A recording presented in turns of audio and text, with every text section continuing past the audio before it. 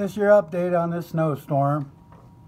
It's probably got 4 or 5 inches of snow already. We'll see how it goes here. They already have the snow plows out, blading the roads. Pretty wet snow though, and heavy. Probably won't be no school for the kids tomorrow at all.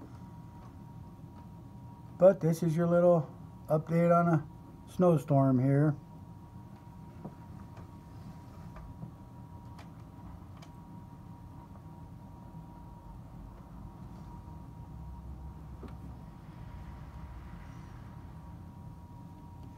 If it gets any deeper and keeps continuing, I'll give another update later on. Thanks for watching.